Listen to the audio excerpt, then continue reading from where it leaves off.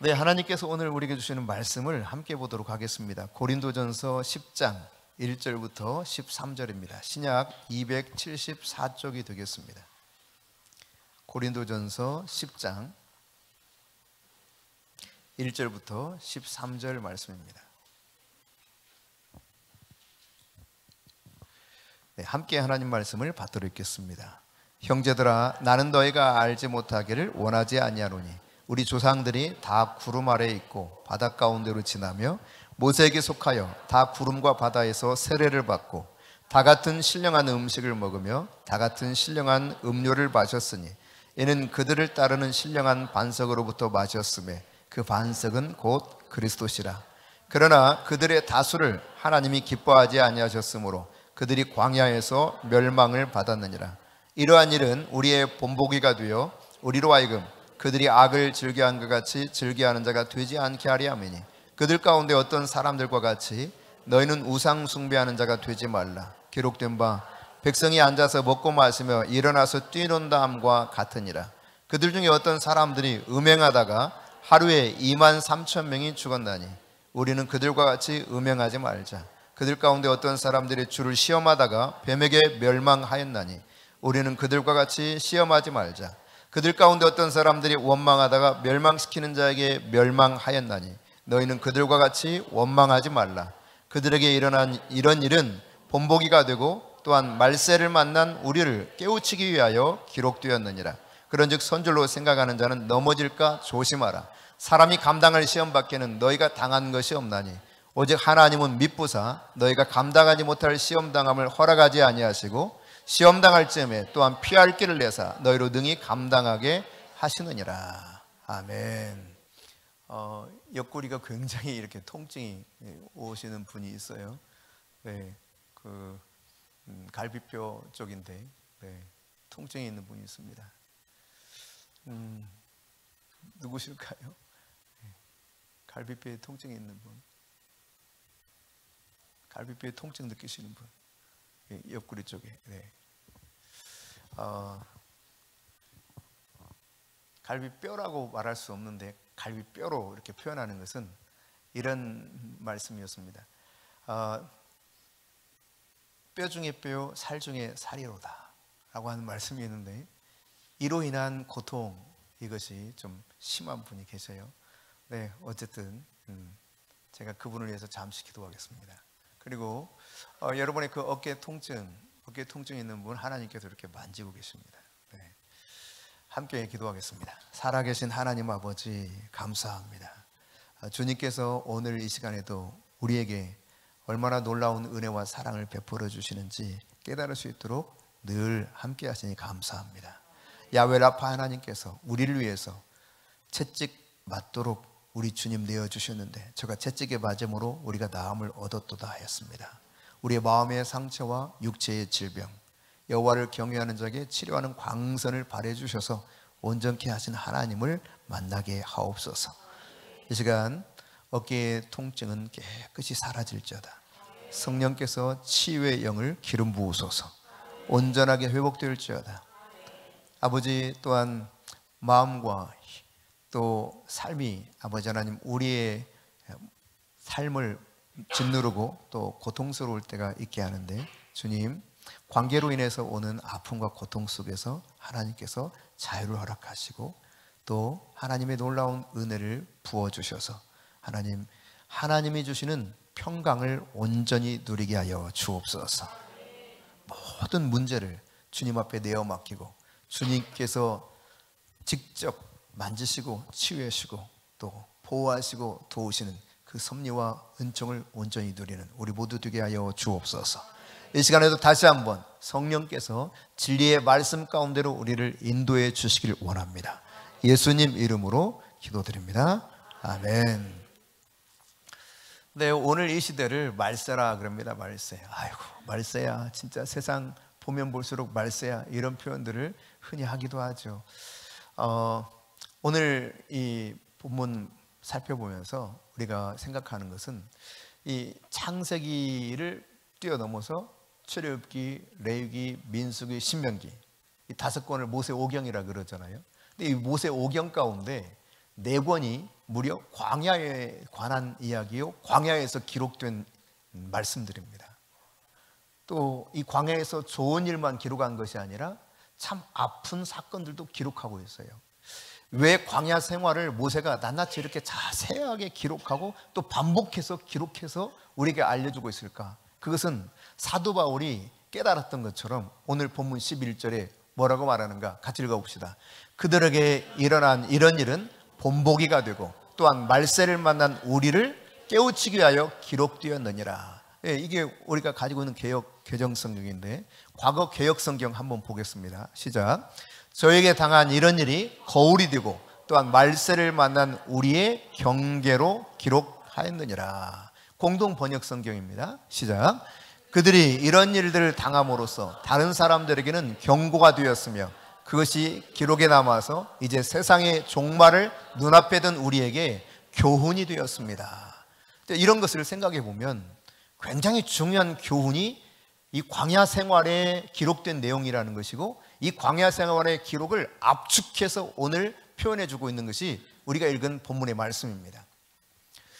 여러분, 오늘 말씀을 통해서 우리가 깨닫기를 원합니다. 경고를 받기를 원합니다. 교훈을 받기를 원합니다. 하나님이 그렇게 오늘 우리에게 진리를 통해서 가르치고 있거든요. 자, 그러면 1절 보면 형제라 나는 너희가 알지 못하기를 원하지 아니한다, 이렇게 표현하고 있거든요. 이 말은 무슨 말입니까? 꼭 알아야 된다는 이야기예요. 부정의 부정은 강한 강조죠. 그러니까 알지 못하기를 원하지 아니하노니, 굉장히 중요하게 이걸 꼭 알아야 된다는 거예요. 저와 여러분이 오늘 이 본문에 기록된 내용을 반드시 아실 수 있기를 바랍니다. 깨달을 수 있기를 바랍니다. 그럼 도대체 뭘 알기를 원하는가? 1절 하반절부터 4절까지 한번 같이 읽어보겠습니다.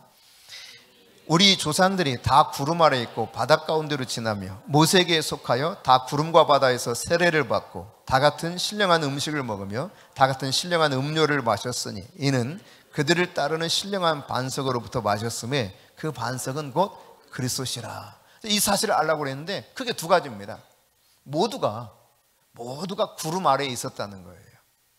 뿐만 아니라 모든 사람들이 바닷 가운데로 지난 것, 이걸 알아야 된다는 것입니다. 그럼 이 두 가지 이야기, 구름 아래에 있었고 바닷 가운데로 지난 이 두 가지의 공통점이 뭐냐? 첫째, 하나님께서 인도하셨다는 사실이에요. 저들이 구름 아래에 있는 것을 스스로 선택한 것이 아닙니다. 40년간 여러분 광야 생활했거든요. 그때 이스라엘 백성들이 구름이 떠서 쭉 움직이면 따라갔습니다. 그리고 구름이 머무르면 거기 진을 쳤어요. 이렇게 진을 치고 지낸 지역이 42곳입니다. 40년 동안 42곳 이사한 거예요, 이사를. 그러니까 1년에 말하자면 그냥 산술적으로 치면 1년에 한 번 정도는 최소한 이사했다는 거죠. 예. 근데 이들이 그렇게 진을 짊어매고 다시 또 진을 치고 하는 일들이 자기들의 의도대로 한 것이 아닌다는 거예요. 그때마다 구름 기둥이 그들을 앞서 인도했다는 것입니다. 단 한 번도 모세 마음대로 결정한 일이 없습니다. 그리고 그들 지도자들이 모여가지고 야, 우리 너무 여기 지금 오래 있는 거 아니야? 지겨워 죽겠는데 여기서 이러다 우리 죽는 거 아니야? 빨리 가야 되는 거 아니야? 회의를 해가지고 결정했다는 내용이 단 한 곳도 기록되어 있지 않습니다. 오로지 구름이 떠서 움직이면 갔단 말이에요. 다시 말해 하나님이 철저히 인도하셨다는 이야기입니다. 그뿐만 아니라 여러분, 바닷 가운데로 간 것도 마찬가지입니다. 저들이 어떻게 바닷 가운데로 갔습니까? 바다 앞에까지 가게 된 것도 하나님이 인도하셨고 바닷 가운데로 들어가게 하신 것도 하나님이십니다. 그래서 홍해를 가르시고 거기를 마른 땅처럼 건너게 하셨죠. 쫓아오는 애국 군사들을 다시는 쫓아오지 못하도록 만들기 위한 하나님의 인도하는 방법이 바로 바닷 가운데를 통과하게 하셨다는 이야기입니다. 그런가 하면 여러분, 하나님께서 이 두 가지 사건을 통해서 이스라엘 백성들을 보호하신 것입니다. 여러분, 낮에 길을 가는데 광야길입니다. 아주 땡볕이거든요. 40도를 오르락내리락 합니다. 보통 더위가 아닙니다. 숨이 턱턱 막힙니다. 마실 물이 없습니다. 근데 그곳에서 가게 될 때에 신기하게도 구름이 딱 위에 있잖아요. 그리고 구름 아래 들어가면 얼마나 시원한지 몰라. 그걸 직접 한번 경험해 봐야 돼요. 네, 광야 가서 한번 가십시다. 광야 가서 여러분 경험해 보면 알아요. 아, 구름 아래에 있으니까 진짜 시원하구나. 그 구름이 없이는 사실 광야에서 살기 어렵습니다. 낮에. 그것을 통해서 하나님께서 열사병이 걸려서 죽지 않도록 저들을 보호하시는 거예요. 여러분, 바닷 가운데로 들어가게 하셨는데 이 바닷 가운데로 들어가게 하심으로써 쫓아오는 애굽의 바로 왕과 바로의 군사들, 저들이 무찌르지 못하도록 이스라엘 백성들을 보호하셨다는 사실이죠. 그렇습니다, 여러분. 이처럼 하나님은 구름을 통해서 이스라엘 백성들을 보호하시고 바닷물을 통해서 이스라엘 백성들을 또한 보호하셨습니다. 인도하시고 보호하신 그분은 또한 이 사건들을 전적으로 주관하셨어요. 사람이 결정해서 한 일이 아닙니다. 사람이 뭔가 힘이 있어서 그 일을 진행한 게 아니에요. 여러분, 아무리 슈퍼맨이라 할지라도 구름아 와라 해서 구름이 와서 자기 앞에 딱 모일 수 있습니까? 요즘 과학이 얼마나 발달했어요.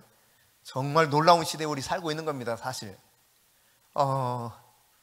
전기불이 이렇게 환하게 켜져 있는 거, 여러분 너무나 자연스러운 것 같지만 실상 70년대까지만 하더라도 전기가 들어오지 않는 곳이 많았습니다. 그래서 전기불 처음에 들어올 때 얼마나 정말 놀라웠는지 몰라요. 우와, 이런 불이 켜지네. 초롱불, 호롱불만 촛불과 호롱불이라고 하는데 그걸 뭐라고 합니까? 등잔에 하는 그런 불빛에 있다가 전기가 들어오니까 얼마나 환한지. 그러다가 어느 날 막 돌려가지고 하는 전화기 잘 모를 거예요. 막 돌려가지고, 윗세대는 아시고, 막 돌려서 교환 안 들려요. 큰 소리로 막 교환 어디 좀 바꿔주세요 하면 교환이 연결이 되는 거예요. 근데 그 전화기도 너무 신기해가지고 따르릉 소리가 나면 서로 그 전화기 막 뺏으려고 우리 형제들이 싸웠어요. 서로 받으려고. 너무 신기하니까. 근데 나중에는요, 거의 대부분의 전화가 동네 사람들 전화 바꿔달라는 거거든. 이게 밤중에도 비 오는 날도 눈 오는 날도 바람 부는 날도 그냥 시도 때도 없이 전화가 와. 그럼 이제 서로 안 받아. 뭐 그러던 시대가 사실 얼마 되지 않았어요. 근데 지금은 다 그냥 폰을 들고 다니잖아요. 전 세계 어디서든지 통화가 가능한 시대에서 살고 있습니다. 그럼에도 불구하고 여러분, 구름을 만들어내질 못해요. 비가 오게 하지를 못합니다. 그 구름이 모여서 뭔가 비가 쏟아지게 만들면 좋겠는데 비가 안 오면 사람들이 기우제는 드리는데 구름을 만들어내질 못해요. 인공 구름을 만들어서 뭔가를 해보려고 하는데 그것도 안 통해요.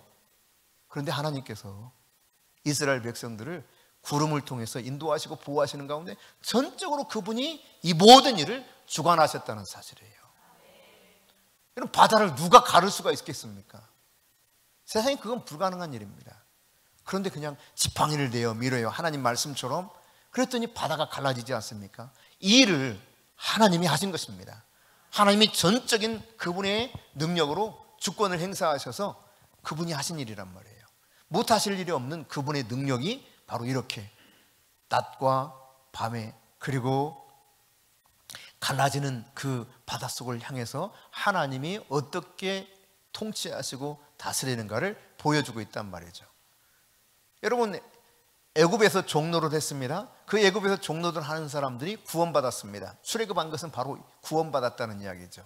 그런데 이 출애굽에서 나온 사람들 가운데 하나님이 선택한 선민 이스라엘 백성들이 있었지만 그 중에는 잡족이라고 성경에 기록되어 있어요. 잡다한 잡족들, 이방 민족을 말합니다. 이방 민족 중에서도 유월절에 어린 양 잡아서 피 바른 사람들이 있었고, 그리고 유월절 그때 보호를 받고 이 선민 이스라엘 백성들과 함께 출애굽한 사람들이 있었습니다. 그래서 같이 나오는데요, 어쨌든 장정만, 그것도 이스라엘 백성 장정만 60만 명이라 그랬어요. 이 모든 사람들을 다 해보면 아무리 적어도 200만 명 정도의 사람입니다. 그런데 여러분, 우리가 그렇게 많은 사람들이 왔는데 5절 말씀에 보면 무엇을 이야기하고 있습니까? 다수를 하나님이 기뻐하지 아니하더라. 그리고 그 다수가 광야에서 결국은 멸망을 받고 말더라. 이것이 성경 이야기입니다. 성경은 분명히 구원받아서 그 장자의 죽음으로부터 구원받고 출애굽에서 나왔어요. 나왔는데 약속의 땅, 가나안 땅 하나님이 들여보내기로 작정하시고 불러내셨는데 거기까지 가지 못하고 거의 대부분의 사람들이 광야에서 멸망을 받고 받더라. 이게 성경이에요. 여러분, 우리가 예수를 믿고 마음에 내가 예수님을 구주로 영접하고 내 인생의 주인으로 모셔드린 가운데 산다고 작정하고 교회를 다니는 사람들이 많습니다. 그러나 여러분, 교회를 많이 다닙니다마는 과연 몇 명이나 구원받을지 그것은 알 수가 없습니다. 어쩌면 오늘 이 본문에서 말씀하고 있는 것처럼 이 광야 사건 왜 기록했다는 것입니까? 말세를 만난 우리를 깨우치기 위함, 교훈하고 경고하기 위해서. 그러니까 다시 말해서 이 말세에도 교회를 많이 다니지만 구원받지 못할 다수가 있다는 이야기예요. 하나님이 기뻐하지 못할 많은 사람들이 있을 수 있다는 사실을 이것을 통해서 경고를 단단히 받으라는 이야기입니다. 200만 명이 출애굽했다니까요. 장정만 60만 명이에요. 그러나 여러분, 약속의 땅에 들어갔던 사람 누굽니까? 여호수아, 갈렙, 이 두 사람밖에 없었습니다. 이거 너무하지 않습니까? 네. 여러분, 구원은 완성시켜 가는 것입니다. 하나님이 믿음으로 말미암아 구원받게 하시지만 이 구원을 이루는 것은 우리의 책임도 동시에 수반되는 이야기라는 이야기예요. 그래서 요한계시록에도 내 면류관을 빼앗기지 않도록 하라 말씀하고 있지 않습니까? 여러분, 우리 앞에 약속된 면류관이 있습니다. 이 면류관을 빼앗기지 않도록 우리가 믿음으로 살아야 될 것입니다. 다수가 하나님의 기뻐하지 못하는 사람들이었고 결국 광야에서 멸망받고 왔더라. 여러분, 성경을 보면 이것이 확실하게 이 사건 말고도 증명되는 일들이 있습니다. 여러분, 노아가 하나님의 말씀을 듣고 방주를 만들죠. 최소한 100년가량 방주를 만듭니다. 방주 만들면 뭐라고 했겠어요? 사람들이 물으면 하나님이 틀림없이 지금 너무 죄악이 관영해서 이 세상을 다 물로 심판하신대. 어서 돌이켜야 돼. 말하지 않았겠습니까? 경고했던 것입니다. 그러나 그 경고를 누가 받아들였습니까? 아무도 안 받아들여요. 다 무시합니다. 결국 이 말을 따라서 방주를 열심히 지었던 가족들 8명 이외에는 구원받은 숫자가 없다는 사실이 성경에 분명히 기록되어 있죠. 여러분, 소돔과 고모라 성이 불과 유황불에 비오듯이 불과 유황불에 멸망당할 것을 천사를 통해서 하나님이 고지하셨습니다. 이 사실을 롯이 듣고 어떻게 했습니까? 자기 사위들에게도 말하잖아요. 여러분, 사위에게만 말했을까요? 제가 생각에는 분명히 다른 사람들에게도 말했을 것 같아요. 근데 사위들조차 어떻게 했습니까? 이것을 농담으로 여기더라. 쓸데없는 우리 장인어른이 지금 뭔가 좀 이상해, 이렇게 받아들인 거예요. 농담으로 여겨요. 오늘 마찬가지입니다, 여러분. 하나님이 교훈하고 있어요. 깨우치기 위해서, 경고하기 위해서, 경계하기 위해서, 본보기가 되기 위해서, 거울이 되도록 하기 위해서 이 말씀 기록했다는 거예요. 근데 사람들은 말씀을 들을 때 뭐 그런 거지 뭐, 이렇게 아주 우습게 대한다는 이야기입니다. 마치 소돔과 고모라 성에 불과 유황이 비 오듯이 떨어지며 우리 죽어, 여기서 빠져나가야 돼 해도 농담으로 여겼던 것처럼 말이죠. 어디 그뿐입니까, 여러분? 엘리야 시대는 어떻습니까? 아합 왕이 막 활동하던 그 시대, 여호와를 경외하는 사람이 전체 국민 가운데 7,000명 외에는 없었습니다. 7,000명도 참 많은 거죠. 그렇습니다, 여러분. 오늘 광야에 여러분 애굽에서 구원받아서 나왔는데 얼마나 즐거운 일이요, 기쁜 일이요, 감사한 일입니까? 그들이 얼마나 놀라운 일들을 또 경험했습니까? 10가지 재앙으로부터 보호를 받고 죽음의 저주를 뛰어넘어서 놀랍게 그쪽에서 이제 노예 생활을 청산된 가운데 나왔습니다. 금은 보석을 얻어가지고 너무 기쁘게 감사하게 나왔어요. 아말렉과 전쟁에서 어땠습니까? 해가 딱 멈춰 있습니다. 해야 기브온 위에 머물러라, 달아 너는 아일론 골짜기에 머물러라. 그랬더니 그 달과 해가 솔라 시스템이 멈춰버렸어요. 그리고 그 전쟁을 완전하게 승리합니다. 만나와 메추라기가 아침 저녁으로 떨어집니다. 홍해가 갈라져서 구원받았습니다. 뒤쫓아오던 애굽의 군사들이 완전히 수장되어 멸절되는 모습을 눈으로 똑똑히 봤습니다. 그런데 그들은 다수가 결국 멸망되고 말더라. 이거 꼭 너희들 본보기 잘 보고 깨우쳐야 된다. 이 사실을 이야기하고 있는 거예요. 그렇습니다, 여러분. 11절 말씀 다시 읽겠습니다. 그들에게 일어난 이런 일은 본보기가 되고 또한 말세를 만난 우리를 깨우치기 위하여 기록되었느니라. 하나님의 말씀은 이 시대뿐만 아니라 오늘 이 말씀을 바라보고 있는 우리에게 지금 깨우치도록 본보기가 되도록 경고하고 있는 것이라는 것을 잘 여러분 유념하면서 오늘 말씀을 들으실 수 있기를 축복합니다. 그렇다면 여러분, 오늘 6절에도 기록하고 있지만 이런 일이 우리의 본보기가 된다. 이거 반복되는 이야기죠. 본보기가 된다는 거예요. 근데 왜 그러면 도대체 이들이 하나님이 무조건 이건 계획하신 일이거든요. 내가 너희들 애굽에서 끌어내어서 가나안 땅에 들여보내 줄게. 이것은 그냥 그들이 뭘 잘해서가 아니라 하나님이 아브라함에게부터 약속하셨던 말씀이에요. 아브라함에게부터. 그래서 그 말씀을 마침내 이제 때가 무르익어서 하나님이 카이로스 때가 되어서 이 모세를 통해서 이 일을 이루는 과정 속에 있는 것입니다. 그러니까 들어가야 정상이에요, 거기에. 근데 들어가지 못하는 수가 거의 다더라, 거의 다. 그럼 왜 그들이 못 들어갔는가? 이걸 오늘 본문이 가르치고 있는 거예요. 첫째, 여러분, 왜 그들이 못 들어갔습니까? 악을 즐겨 행했다는 거예요. 악을 즐겨 행했다. 여러분, 광야 그러면 참 아무것도 할 수 있는 게 없는 게 광야입니다. 광야에 가서 농사 지었고 살 수 있겠어요? 그거 안 되는 거예요. 농사해봤자 농사가 안 돼요. 물이 없는데 무슨 농사가 되겠어요? 아무것도 할 게 없어요. 그저 하나님만 바라보는 게 광야입니다. 그러니까 광야를 살면서 우리가 이들이 할 수 있었던 최고의 일 가운데 하나는 뭐냐면 사실은 광야에 있으면 있을수록 시간이 많이 남아 돌아요. 할 일이 없으니까. 그러면 그 시간에 열심히 율법을 공부하고 하나님 앞에 더 가까이 가면 얼마나 좋겠어요. 근데 그들이 그렇게 하질 않아요. 악을 즐겨했다, 그 말입니다. 악을 마음에 두었다는 그런 뜻이에요. 죄를 갈망하는 상태 속에 살고 있더라는 이야기입니다. 시간이 없어서 하나님을 찾기가 어려웠던 게 아니에요. 시간이 팽팽 남아 돌아요. 얼마든지 시간을 낼 수 있어요. 근데 시간을 내지 않습니다. 그 시간에 뭘 하느냐? 마음에 어떻게 하면 죄를 지면서 좀 재밌게 놀아보지? 이런 거예요. 여러분, 죄를 짓는데도 쾌감이 있는 거 아시죠? 바늘도둑이 소도둑 된다 그러는데 도둑질도 쾌감이 있습니다. 제가 어렸을 때 친구들 따라가지고 이제 저는 그런 걸 잘 몰랐는데 어렸을 때 이게 그 당시 전빵이라고 했어요. 전빵 가게에 조그마한 구멍가게 가가지고 말이죠. 애들이 뭐 했냐면 껌 훔치고 뭐 겨울에는 팽이 훔치고 별걸 다 훔쳤어. 지들이 딱 하나가 딱 앞에 딱 가려주고 착착착 하고 뒤에 사람이 막 가져간. 그래서 막 자랑을 해. 그러더니 너도 한번 해보래. 안 한다고. 해보래. 계속 여러 날 그러던 차에 제가 또 넘어갔잖아요. 그러면 안 되는 건데 넘어갔어. 자기들이 이렇게 딱 앞에 보호해가지고 안 보이게 해준다는 거예요.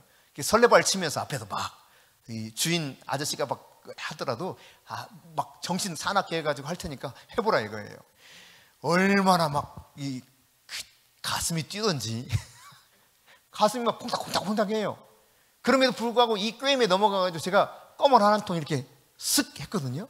근데 그걸 가져와가지고 껌을 먹는데 기분 좋더라고. 이게 인간이에요.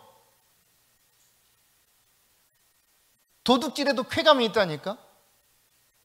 근데 여러분, 바늘도둑이 소도둑 된다 그랬잖아요. 그러니까 여러분, 쉽게 내가 도둑질하면 쉽게 돈을 많이 소유할 수 있게 됩니다. 즐거움이 있다니까요. 그러나 여러분, 잠언 28장 20절에 보니까 속히 부하려고 하는 자들은 형벌을 면하지 못하리라. 그게 하나님의 방법이에요. 근데 사람들은 뭔가 속히 부자가 되기 원하거든. 속히 부하려고 하는 자 형벌을 면하지 못하리라. 여러분, 도둑질에도 쾌감이 있어요. 폭력을 휘둘러도 쾌감이 있습니다. 맞는 사람들 아야 하면 막 쾌감이 있어요. 더 두들겨 주고 싶은 마음이 드는 거예요. 음행을 저질러도 즐거움이 있습니다. 그게 인간인 것입니다, 여러분. 술 취해도 얼마나 기분 좋습니까? 그게 죄라고 하는 것이 이처럼 짜릿한 쾌감이 있어요. 그 죄악을 즐겨하더라. 악을 즐겨하면서 광야 생활을 살더라는 거예요. 하나님을 향해서 얼마든지 마음 쏟아 부으면서 나갈 수 있는데 그건 다 이런저런 핑계로 다 뒤로 미루고 악을 즐기더라. 왜 그들이 못 들어갔습니까? 성경은 또 7절에 말합니다. 저들이 뭘 했기 때문에 그렇다고 그래요? 우상을 숭배했기 때문에. 우상을. 여러분 출애굽기 32장에 보면은 저들이 어떻게 우상을 숭배했는가 그 사건에 대해서 기록하고 있어요. 모세가 하나님께로 갑니다. 그리고 하나님을 만납니다. 하나님 만나고 있는데 40일 동안 내려오질 않아요. 호렙산에서. 그때 이스라엘 백성들이 모세 어떻게 됐는지 모르겠다는 거예요. 우리를 인도한 신은 더 이상 없는 것 같다는 겁니다. 그리고는 아론에게 요구하죠. 아론을 압박합니다. 신을 만들어 내라는 거예요. 여러분 만든 신이 능력이 있겠어요? 근데 신을 만들어 내라 이거예요. 그러니까 아론이 또 그 압박에 못 견뎌가지고 그러면 너희들이 그 출애굽할 때 가지고 왔던 금덩어리 다 내놔라. 그러니까 기꺼이 또 내놔. 그리고 금을 가지고 녹여서 황금을 가지고 송아지를 하나 만들어 놓습니다. 황금 송아지. 그리고 그것이 우리를 여기까지 인도한 신이라고 거기서 막 앉아서 먹고 마시고 일어나서 뛰놀고 놀더라. 그것이 출애굽기 32장에 나온 이야기예요. 여러분 광야에서 이렇게 우상 숭배한 거 왜 기록되었다고요? 우리를 말세를 만난 우리를 깨우치게 합니다. 마지막 때 주님이 재림하실 임박한 그 순간까지도 여전히 인간은 우상을 숭배합니다. 요한계시록 17장 3절이 이것을 말씀해 주고 있어요. 광야로 가보니까 어떻습니까? 붉은 짐승을 타고 있는데 짐승의 몸에 하나님을 못 오가는 이름이 있습니다. 짐승 앞에 엎드려 경배합니다. 우상을 숭배하는 거예요. 여러분 그런가 하면 그들은 8절에 보니까 그들이 들어가지 못한 또 다른 이유가 있는데 그들이 음행했기 때문이라고 기록하고 있어요. 여러분 음행한 결과가 어떻게 되었는가? 민수기 25장과 26장에 보면 이 사실들이 기록되어 있는데 모압의 왕 발락이 이제 이스라엘 백성들이 점점 다가오는 것을 두렵게 여긴 나머지 발람 선지자를 불러서 이스라엘 저주하도록 요청합니다. 아주 막 금은보석 다 보내가지고. 그런데 저주하려고 해도 하나님이 그 입술을 그렇게 허락하지 않으셔요. 오히려 축복이 나가게 만들어버려요. 그냥 막 안절부절 어쩔 줄 모르라 하죠. 그때 이 발람 선지자가 한 가지 발락 왕에게 제안을 해요. 무슨 제안이냐? 이스라엘 남자들을 타락시키면 된다는 것입니다. 어떻게 타락시킬 수 있는가? 미인계를 쓰라요. 미인계. 뭐 사실인지 아닌지 저는 확실히 알 수 없습니다만 북한에 다녀온 많은 정치인들 혹은 종교인들 다양한 여러 사람들이 북한에 다녀왔죠. 근데 북한에 다녀온 사람들이 대다수가 미인계에 속아 넘어갔다는 이야기가 전설처럼 들립니다. 옛날 박정희 대통령 시절에도 중국에 방문했을 때 중국에서 미인계를 써가지고 꼼짝 못하게 했던 결과들이 있었죠. 단 한 사람만 넘어가지 않았다 그래요. 그분이 나중에 이제 장군 중에 한 사람이었는데 나중에 장관이 된 사람인데 나머지 다 미인계에 넘어갔다고 하니까 이런 방법을 쓰는 거예요. 이스라엘 남자들을 타락시키기 위한 방법, 모압의 예쁜 여자들을 데려다가 미인계로 유혹하는 것입니다. 여기 넘어갔어요. 그래서 음행을 저지릅니다. 비느하스라는 사람이 너무도 이거 화가 나서 거룩한 분노로 하나님의 그 거룩한 분노로 창을 들고 가가지고 고스비라는 여인과 더불어서 음행하고 있는 이스라엘 남자와 마치 꼬쟁이 이렇게 찔러버리듯이 고기 꼬쟁이 하듯이 그냥 그대로 찍어버립니다. 두 사람을 그 자리에서 죽이죠. 이것으로 인해서 연병으로 죽어가던 상황 가운데 그 연병이 종료돼요. 그때 죽었던 사람이 23,000명이다 이렇게 기록하고 있는 것입니다. 만일 그러지 않았다면 아마 이스라엘 백성들 거의 다 죽어갔을지 모르겠어요. 계속 연병으로 죽어갔으니까요. 이처럼 음행을 통해서 죽어갑니다. 여러분 마지막 때에는 어떻습니까? 아주 심각하죠. 언젠가 제가 특이한 지도를 하나 봤어요. 그것은 이 음란 산업이 발달한 곳을 빨간색으로, 이게 발달하면 발달할수록 아주 진한 진홍색으로 표시한 그런 지도였습니다. 전 세계 지도. 그런데 대한민국 서울을 비롯한 전 세계의 대도시는 아주 붉어. 그냥 빨간 정도가 아니라 너무너무 아주 그냥 진홍빛이에요. 진홍빛. 얼마나 음란하게 살아가고 있는가, 그 지수들이 거기 그렇게 그림으로 표현되는 거예요. 그 가운데 무슨 뭡니까? 몰래 이렇게 교제하는 거, 뭐 그런 것까지 다 이렇게 조사해가지고 딱 띄운 거예요. 이 시대만 그랬던 것이 아니라 점점 더 이 음란이 얼마나 세상에 횡행하고 있는지 모릅니다. 너무 자연스러운 것처럼 이야기하고 있죠. 제가 잊지 못하는 일 중에 하나는 2000년입니다. 2000년. 그의 겨울. 그 당시는 교회에 요람을 만들었어요. 지금은 요람 만드는 교회가 아마 별로 없을 겁니다. 개인정보 유출 이런 문제 때문에.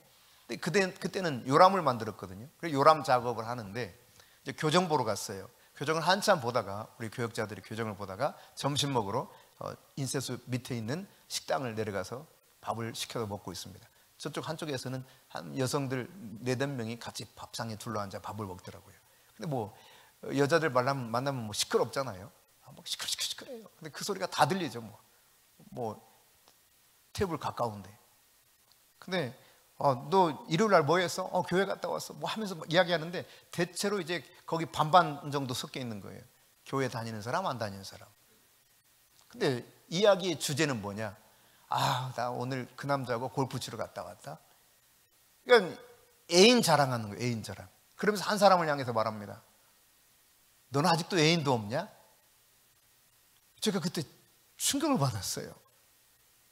아주 자랑스럽게 교회를 다닌다고 함에도 불구하고 어머, 너는 애인도 없냐? 그러니까 일상화된 거예요. 그게 너무 충격이었습니다. 근데 그 당시 드라마가 그런 드라마들이 막 했었거든요. 예. 무슨 드라마인지 기억은 나지 않지만 하여튼 뭐 그때 유행하던 드라마 중 하나가 그랬을 거예요. 무슨 애인인가 유동근인가 뭐 하여튼 잘 모르겠습니다만 하여튼 뭐 비슷한 이 드라마가 판을 치면서 중년의 사람들이 애인을 만드는 게 유행처럼 번져갔어요. 오늘 이 시대는 어떻습니까? 여러분, 음란이 아주 그냥 판을 치고 있습니다. 오늘 성경은 말하고 있습니다. 그들이 음행했기 때문에 하나님이 약속하신 그 땅에 들어갈 수 없었다. 근데 여러분, 마지막 때가 되면 될수록 음란이 더 극심해진다는 사실입니다. 요한계시록 17장 함께 읽겠습니다. 1절부터 4절. 또 7 대접을 가진 7 천사 중 하나가 와서 내게 말하여 이르되 이리로 오라. 많은 물 위에 앉은 큰 음녀가 받을 심판을 내게 보이리라. 땅 임금들도 그와 더불어 음행하였고 땅에 사는 자들도 그 음행의 포도주에 취하였다 하고 그 성령으로 나를 데리고 광야로 가니라. 내가 보니 여자가 붉은빛 짐승을 탔는데 그 짐승의 몸에 하나님을 모독하는 이름들이 가득하고 7 머리와 10 뿔이 있으며 그 여자는 자줏빛과 붉은빛 옷을 입고 금과 보석과 진주로 꾸미고 손에 금잔을 가졌는데 가증한 물경과 그의 음행에 더러운 것들이 가득하더라. 예, 여러분, 이렇게 주님 오실 그 임박한 때에도 음행은 큰 음조라고 표현하는 것처럼 음행이 계속되고 있어요. 그래도 나는 좀 아닌 것 같다 이런 생각을 할지 모릅니다. 그런데 예수님의 친동생 야고보는 그렇게 말하고 있지 않습니다. 야고보서 4장 4절 같이 읽습니다. 간음한 여인들아, 세상과 벗된 것이 하나님과 원수됨을 알지 못하느냐? 그런즉 누구든지 세상과 벗이 되고자 하는 자는 스스로 하나님과 원수되는 것이니라. 여러분, 세상과 벗이 되는 것이 간음하는 거라는 거예요. 세상과 벗이 되는 것이 하나님과 원수되는 거라는 거예요. 그러니까 하나님과 원수지면서 사는 사람들이 너무 많아요. 세상 다 그렇게 사는데 뭘 그래? 나는 그래도 좀 괜찮은 거예요, 목사님.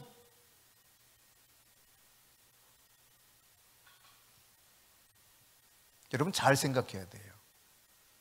하나님과 원수되는 길을 선택하며 사는 것이 우리 인생이 될 수 있다는 사실입니다. 세상이 요지경이 있죠, 요지경. 그 중에서 내가 조금 괜찮으면 나는 괜찮은 것처럼 생각해요. 그러나 하나님의 말씀은 그런 기준을 그렇게 적용하지 않습니다. 하나님 기준은 명백해요. 세상과 벗이 되면 하나님과 원수가 되고 네가 지금 간음하고 있는 것이다. 예수님보다 세상을 더 사랑하면 간음한 여인이라고 말하고 있는 것입니다. 오늘 그렇다면 여러분, 음행의 이 문제에서 자유로울 사람이 얼마나 있겠어요? 오늘 또한 그들이 왜 못 들어갔는가? 10절입니다.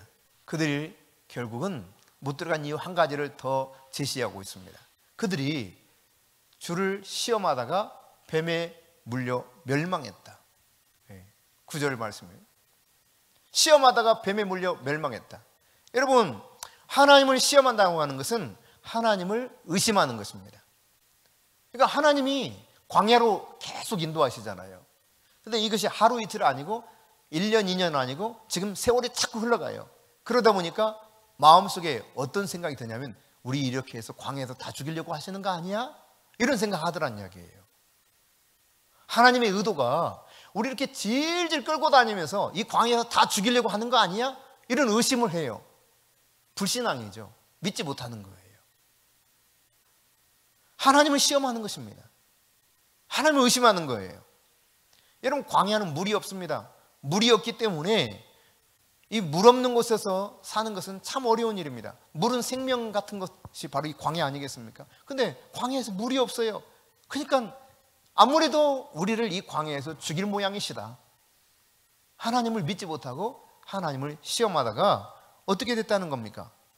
뱀에게 물려 죽어가는 거예요. 어떤 뱀입니까? 불뱀입니다. 불뱀. 민수기 14장 22절부터 24절입니다. 자, 함께 읽겠습니다.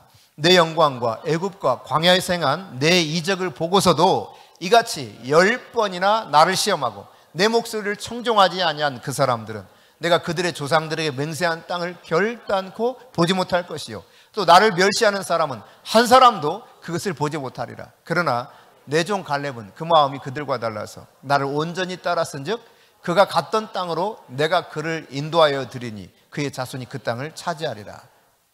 그렇습니다, 여러분. 주님을 시험하다가 그들은 다 광야에서 죽은 거예요. 뱀에 물려 죽어간 숫자들이 많습니다. 시편 95편 9절은 무엇을 말합니까? 너희 조상들이 내가 행한 일을 보고서도 나를 시험했다. 나를 조사하고 막 뭐가 하나님의 뭔가 문제가 있는 것처럼 보이는 거예요. 여러분이 하나님을 시험하는 일이 없기를 바랍니다. 하나님을 시험하는 이런 일들은 결국 어떤 반응을 보이느냐? 출애굽기 17장 2절 같이 출애굽기 17장 2절을 읽겠습니다. 백성이 모세와 다투어 이르되 우리에게 물을 주어 마시게 하라. 모세가 그들에게 이르되 너희가 어찌하여 나와 다투느냐? 너희가 어찌하여 여호와를 시험하느냐? 없는 것 가지고 만들어내라고 지도자인 모세와 다툽니다. 그런데 이것을 어찌하여 너희가 여호와를 시험하느냐라고 묻고 있어요. 여러분, 문제가 있으면 사람들은 주로 그 문제 때문에 원망과 불평과 시험거리를 여기 항상 지도자에게 향하게 되어 있습니다. 그뿐만 아니라 마지막으로 보니까 그들이 들어가지 못한 한 가지 이유를 덜 설명하고 있어요. 원망하기 때문이었다는 것입니다. 10절입니다. 시작. 그들 가운데 어떤 사람들이 원망하다가 멸망시키는 자에게 멸망하였나니 너희는 그들과 같이 원망하지 말라. 원망하는 거예요. 수근수근 거리는 것입니다. 뒤에서 수근수근 원망하고 불평하고 투정 부리고 비방하고, 이거 그냥 가장 합당한 용어로 표현하자면 비방하는 거예요. 뭐 한다고요? 비방하는 거예요. 원망하고 비방하고. 민수기 21장에 보면은 이 내용을 기록하고 있어요. 4절부터 9절. 자, 같이 읽습니다. 백성이 호르산에서 출발하여 홍해길을 따라 에돔 땅을 우회하려 하였다가 길로 말미암아 백성의 마음이 상하니라. 여러분, 마음이 상할 수 있는 일들이 많이 있을 수 있습니다. 예수 믿다가 내 마음대로 안 되는 일들이 많기 때문에 마음 상할 때 이제 문제가 생기는 거예요. 계속 읽어봅니다. 백성이 하나님과 모세를 향하여 원망하되 어찌하여 우리를 애굽에서 인도하여 내어 이 광야에서 죽게 하는가? 이곳에는 먹을 것도 없고 물도 없도다. 우리 마음이 이 하찮은 음식을 싫어하노라 하며 여호와께서 불뱀들을 백성 중에 보내어 백성을 물게 하심으로 이스라엘 백성이 죽은 자가 많은지라. 여러분, 계속 원망하는데 원망의 이유는 뭐냐면, 아니 먹을 것도 없고 마실 것도 없는데 우리를 여기까지 데려와서 죽이려고 하는 거예요? 그거거든요. 사실 놀라운 은혜 가운데 만나와 메추라를 먹고 있잖아요. 근데 그 먹으면서 뭐라고 말합니까? 이 하찮은 거 언제까지 먹어야 되냐는 거예요. 하나님이 주셨을 때 얼마나 신비하고 놀라웠겠어요. 이것이 무엇이냐? 그게 놀람의 표시거든요. 그게 만나예요. 너무 놀라가지고 만나. 그들이 그렇게 했단 말이에요, 처음에.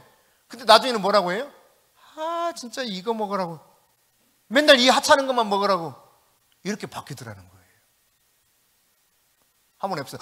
오, 만나. 하나님이 하늘에서 이게 내려준 음식을 보고 너무 놀랐다니까. 이 음식에 대해서 뭐라고 말하냐면 천사가 먹었던 음식이라고 성경이 기록하고 있어요. 천사가 연기해서 먹었던 음식을 하나님이 내려주어서 신기한 그 만나를 먹었어요. 너무 놀라웠어요.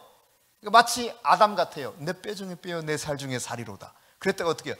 아니, 이 여자가 하나님이 내게 주신 이 여자 때문에 그렇지 내가 이렇게 바뀌는 거랑 똑같은 거예요. 오, 만나 했다가 이것이 무엇이냐, 그런 뜻이라니까요. 너무 신기하단 말이에요. 그래서 그렇게 외친 거예요. 오, 만나, 만나, 오, 만나, 만나. 근데 그 신기한 것이 하찮은 것으로 바뀌어요. 그러니까 원망이 나오는 거예요. 놀라운 기적 속에서 반석에서 물이 쏟아 나오는데도, 그것을 기적적으로 경험하는데도 원망이 나와요. 왜? 자기가 마음에 드는 그 시기에 맞는 뭔가가 채워지지 않기 때문에. 마음이 상해. 마음 상하면 원망의 사람이요. 그때 여러분 어떻게 되었는가를 보십시오. 하나님께서 불뱀과 똑같은 모양으로 구리로 뱀을 만들어서 장대에 높이 매달라 그랬어요. 그것을 바라보는 자는 살리라. 그리고 실제로 그것을 바라봤던 사람은 살아났습니다. 그것이 성경의 기록입니다. 이 내용을 예수님께서 요한복음 3장에서 이야기하실 때 인자도 그때 노뱀처럼 들려야 하리니 그랬어요. 들려야 하리니. 그리고 말씀합니다. 요한복음 3장 16절 유명한 말씀이죠. 시작. 하나님이 세상을 이처럼 사랑하사 독생자를 주셨으니 이는 저를 멸망하지 아니하고 믿는 자마다 영생을 얻게 하려 하심이라. 믿고 노뱀을 바라본 사람은 불뱀에 불려서 죽어가다가 살아났습니다. 십자가에 달리신 예수님을 믿고 바라본 자는 죽다가도 살아납니다. 영원히 사는 놀라운 은혜가 주어지는 것입니다. 그런데 그들은 이런 놀라운 하나님의 은혜를 목도하면서도 원망이에요. 원망. 이런 원망하는 사건이 또 여러분 민수기 16장에 나타나거든요. 소위 고라 일당들입니다. 고라, 다단, 아비람, 그들이 당을 지어요. 당을. 그리고 모세를 원망합니다. 근데 여러분 고라는 모세의 사촌 동생입니다. 굉장히 가까운 사이라는 거죠. 예, 가까운 사이일수록 이런 일이 벌어지기가 쉽습니다. 잘 알수록 이런 일이 벌어지기가 쉽다는 이야기입니다. 고라가 주동자가 되어서 고라, 다단, 아비람, 온 뭐 해가지고 다 해서 250명을 딱 규합을 해요. 그리고 모세, 아론 너희들만 하는 거야? 우리도 해. 이런 겁니다. 너희들만 계시를 받아. 나도 계시를 받아. 우리도 계시를 받아. 하면서 이제 모세와 다투는 거죠. 그 내용을 잠깐 보시면 그 내용 속에 결국은 여러분이 성경을 읽어보신 분들은 잘 아시겠지만 땅이 갈라져서 저들을 삼켜버리죠. 여호와 앞에서 불이 나와서 살라버립니다.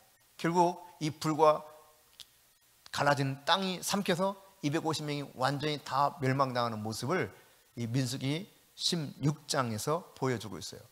이런 사건을 경험함에도 불구하고 사람들의 원망이 그치질 않아요. 원망에다가 하나님이 얼마나 놀랍게 징계하는 걸 눈으로 똑똑히 봤는데 오히려 원망이 더 심해집니다. 백성들이 다 원망해요. 그때 하나님께서, 그러니까 모세의 중재를 통해서 하나님이 저들도 살리시는데 하나님이 누구에게 지도력을 주셨는가를 지팡이를 다 가져오게 만들죠. 12지파 사람들 각각의 지도자들 속에서 지팡이 하나씩 가져와다가 법궤 앞에 갖다 놓게 만듭니다. 그리고 다음날 지팡이를 한번 조사해 보라는 거예요. 다 조사를 해보는데 신기한 지팡이가 하나 있습니다. 다른 것들은 11개 지팡이는 그냥 그대로예요. 어제나 오늘이나 그 지팡이가 뭐 변할 게 어디가 있겠어요. 그럼 지팡이 아시죠? 지팡이가 우리 장재희 집사님이 저희한테 지팡이 하나 준 게 있는데 지팡이 하나 준 게 지금 집 앞에 있습니다. 그대로입니다. 지금 한 3년 지났나? 그대로 지팡이 그대로 있어요. 한 번도 사용 안 해서 좀 미안하긴 한데. 그러니까 어제 갖다 놨던 지팡이 그대로예요. 근데 희한하게 하나 지팡이에는 싹이 났어요. 거기 살구나무라고 되어 있는데 아몬드 나무 싹이 난 겁니다. 그게 누구의 지팡이였느냐? 아론의 지팡이였어요. 그리고 저들의 불평과 원망을 종결짓는 하나님의 사건이 거기 기록되어 있습니다. 여러분, 그러면 이런 원망하는 일이 이때만 그랬을까요? 그들이 광야에 살다 보니까 그런만 하잖아. 우리 이해해 주면 될까요? 여러분, 성경은 광야에 대한 이야기를 사도행전에 보면 사도 바울을 통해서 교회 생활이라 이렇게 말합니다. 광야를 교회라 그래요. 교회. 여러분, 교회에서 가장 큰 문제 중에 하나가 뭘까요? 원망하는 일입니다. 원망. 수근수근 거리는 거예요. 늘 불평하는 겁니다. 이게 문제가 돼요. 이것이 말이죠, 말세에도 여전히 주님 오시기 직전에도 여전히 원망은 점점 자자하고 더 커집니다. 자, 요한계시록 16장 9절, 11절, 21절입니다. 시작. 사람들이 크게 태움에 태워진지라 이 재앙들을 행하는 권세를 가지신 하나님의 이름을 비방하며, 원망이 비방이라고 그랬죠. 네, 그 다음 11절. 아픈 것과 종기로 말미암아 하늘의 하나님을 비방하고. 여러분, 이런 징계가 오면 회개해야 되는데 안 그렇다 이 말이에요. 또 시작 21절. 또 무게가 한 달란트나 되는 큰 우박이 하늘로부터 사람들에게 내리매 사람들이 그 우박의 재앙 때문에 하나님을 비방하니 그 재앙이 심히 큼이니라. 비방만 하고 있지 돌이킬 생각을 안 해요. 저는 사실 이 광야를 지나던 이스라엘 백성들이 좀 이해가 안 됐어요. 솔직히 여러분은 이해가 잘 됐는지 모르겠지만 저는 이해가 잘 안 되더라고요. 그 어마어마한 기적을 맛봤는데, 기적을 한두 번만 봐도 진짜 하나님 앞에 꼬꾸라질 것 같은데, 그 기적을 엄청나게 맛보는데 어떻게 그렇게 원망하고 살지? 어떻게 그렇게 계속 다투면서 시험하지? 여러분 어떨까요? 여러분 기적을 맛보면 여러분은 완전히 돌변해서 진짜 하나님을 온전하게 따라갈 수 있을까요? 그럴 것 같은 마음이 있을지 모르겠어요. 그러나 그렇지 않은 것을 저는 확실히 깨달았습니다. 그렇지 못하구나. 성령께서 놀랍게 역사하셔서 제가 개척하기 전 담임 목사를 할 때 매번 모일 때마다 이벤트가 일어났습니다. 하나님의 이벤트. 놀랍게 질병으로부터 고침받고 기적이 일어났어요. 저는 그러면 하나님이 그렇게 놀랍게 역사하면 사람들이 다 변할 줄 알았어요. 잘 안 변하더라고요. 변하는 것 같은데 결정적인 순간 돌아서. 그러다가 하나님이 저들이 악하게 하는 모습을 이제 더 이상 두고 보실 수 없었던 것이죠. 헌금을 빼돌리고 뭐 난리를 치기 시작합니다. 그래서 하나님이 그때 징계하기 시작했어요. 고쳐주셨던 질병을 하나하나 다시 원상태, 아팠던 상태로 돌리기 시작하셨습니다. 소아마비 나았던 환자가 다시 소아마비로 돌아가 버렸습니다. 자, 이쯤 되면 얼마나 두려우신 하나님이에요. 그런데요, 저는 그걸 보면서 이제 돌이키겠지 그랬어요. 제가 마음속에 생각하기를 이제는 깨닫겠지, 이제는 돌이키겠지. 근데 천만에요, 더 완악해지더라고요. 저 깜짝 놀랐습니다. 너무너무 놀랐어요. 그리고 비로소 이 광야에서 일어난 일들을 깨닫게 됐어요. 그럴 수 있구나. 하나님이 그렇게 놀랍게도 역사하시고 또 한편 저들을 참다가 안 돼도 징계하셔도 여전히 비방하고 원망하는구나. 이게 인간이로구나. 저 그때 깨달았어요. 여러분 계시록 16장에서 우리가 살펴봤던 것처럼 계속 하나님이 깨닫고 돌이켜서 회개하기를 촉구하는데 전혀 깨닫고 돌이킬 마음은 없어요. 오로지 비방하는 거예요. 원망하게, 수근수근하게 그침이 없어요. 계속해서. 야고보서 5장 9절입니다. 함께 읽겠습니다. 형제들아 서로 원망하지 말라. 그리하여야 심판을 면하리라. 원망을 그쳐야 심판을 모면하는 것입니다. 왜 하나님께서 광야에 관한 이 이야기를 길게 출애굽기, 레위기, 민수기, 신명기 다 기록해가지고 했는가? 압축해서 표현하기를 경고하기 위하여 경고 깨우치게 합니다. 말세를 만난 우리를 깨우치기 위해서. 주님의 진리는 변함이 없는 거예요. 그분의 말씀은 살아있습니다. 좌우의 날선 어떤 검보다도 예리한 것입니다. 이 말씀이 우리의 관절과 골수를 찔러 쪼개기까지 해요. 이 말씀이 우리의 생각과 우리의 모든 것을 다 통찰하시는 능력의 말씀입니다. 아무도 모를 것 같죠? 다 알아요. 하나님이 다 알고 계세요. 우리는 그걸 속이려고 하죠. 그러면 여러분, 어떻게 하면 하나님이 약속하셨던 그 땅에 들어갈 수 있을까? 이런 문제들, 그러니까 죄악을 즐겨하고 우상을 숭배하고 음행을 저지르고 시험하고 다투면서 그리고 원망하고 수근수근하고 이런 문제들로 걸림돌이 되지 않고 어떻게 하면 그러면 하나님이 약속하셨던 그 가나안 땅에 들어갈 수 있을까? 오늘 본문에서 두 가지를 이야기하고 있어요. 자, 본문 12절입니다. 시작. 그런 줄 선줄로 생각하는 자는 넘어질까 조심해라. 이 말을 바꿔서 표현하면 겸손하라는 이야기예요. 교만하지 말라는 이야기입니다. 인간은요, 얼마나 교만한지 몰라요. 조금만 이렇게 틈이 있으면 교만해집니다. 너무 똑똑하게 저는 그것들을 경험해요. 저 자신도 잠시 잠깐 이렇게 마음을 잠깐 뭔가 경계하지 않으면 어느 순간 교만이 틈타 있는 경우들이 있어요. 그러나 성경은 뭐라고 말합니까? 이 부분에서 얼마나 경계하는지 모릅니다. 교만은 패망의 선봉이라 그랬어요.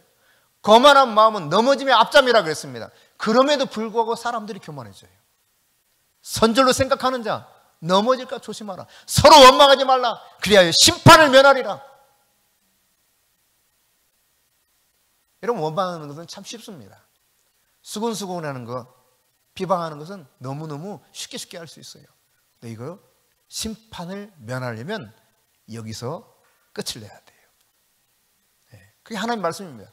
말씀은 어제나 오늘나 영원토록 동일해요. 그럼에도 불구하고 사람들이 끊임없이 이걸 벗어나지 못한다니까요. 하나님 계속 가르쳐 주세요. 끊임없이 우리를 인도하시고 가르치시고 깨우쳐 주시고, 깨우치고 돌이키면 괜찮아. 근데 깨우치지 못하고 돌이키지 못하면 심판을 면할 수가 없습니다. 여러분, 죄라고 하는 것이 무엇입니까? 빗나가는 거예요. 어긋나는 거예요. 누구와 어긋나는 것입니까? 하나님과 어긋나서 관계가 어우러지는 것입니다. 그게 죄예요, 죄. 하나님과 관계가 어우러지면 사람과 관계가 어우러집니다. 틀림없습니다. 그러니까 반대로 사람과 좋은 관계, 그러니까 이것이 어떤 누이 좋고 매부 좋고 관계 좋은 것을 말하는 것이 아닙니다. 성경적으로 관계가 좋은 것, 진리 안에서 관계가 좋은 것, 사람과의 관계 속에서 진리 안에서 관계가 좋으면 그 사람이 하나님과 관계가 좋을 수밖에 없어요. 하나님께로 돌이키면 사람과 관계가 회복됩니다. 이것이 성경을 통해서 계속 증명되는 이야기예요. 우상을 버리고 그 잘못된 것들을 다 장신구를 떼어내버리고 그리고 일어나 베델로 올라갔을 때 하나님이 주변 사람들을 두렵게 함으로 야곱의 가족들을 전혀 해치지 못하도록 하나님 보호하십니다. 굉장히 위기 상황이었거든요. 하나님이 정리하셔, 하나님이. 그러니까 하나님과 관계가 제대로 되면 하나님 나머지를 정리하시는 거예요. 내가 정리할 필요가 없어요. 그러면 하나님의 말씀 앞에서 여러분이 겸손할 수 있기를 바랍니다. 하나님을 만난 사람은 결코 교만할 수가 없습니다. 어떻게 하면 이런 멸망당하는 다수에 속하지 않고 하나님이 약속하신 그 놀라운 은혜를 누리면서 영광의 면류관을 취하고 내가 마침내 하나님과 영원토록 즐거이 그렇게 천성에서 살 수 있는가? 두 번째 비결 13절입니다. 시작. 13절. 사람이 감당할 시험 밖에는 너희가 당한 것이 없나니 오직 하나님은 미쁘사 너희가 감당하지 못할 시험당함을 허락하지 아니하시고 시험당할 쯤에 또한 피할 길을 내사 너희로 능히 감당하게 하시느니라. 아멘. 능히 감당하게 하시는 하나님, 그분을 여러분이 의지하시기 바랍니다. 모든 것을 감당할 수 있게 만드셔요. 광야는 자기 힘으로 살 수 없는 곳이 광야입니다. 광야는 도무지 살 수 없어요. 내 힘으로.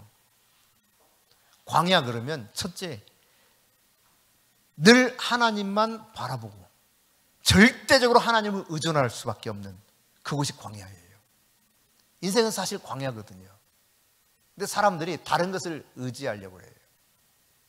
세상과 벗이 들려고 해요. 그럼 조금 내가 그 순간은 뭔가 좀 이득이 있는 것처럼 보이거든요. 그러나 이 광야에서 가장 안전한 방법, 그리고 마침내 하나님이 약속하셨던 그 온전한 축복을 누리시는 그 비결, 말세를 만난 우리를 깨우치기 위해서 가르쳐 주시는 이 진리 안에 하나님이 말씀하시는 것은 겸손하라는 것과 더불어서, 교만하지 말라는 것과 더불어서 내 모든 상황 가운데 이미 다 능히 감당하게 하시고 피할 길을 준비해 계시는 그분만 의지하고 살라는 거예요. 할렐루야.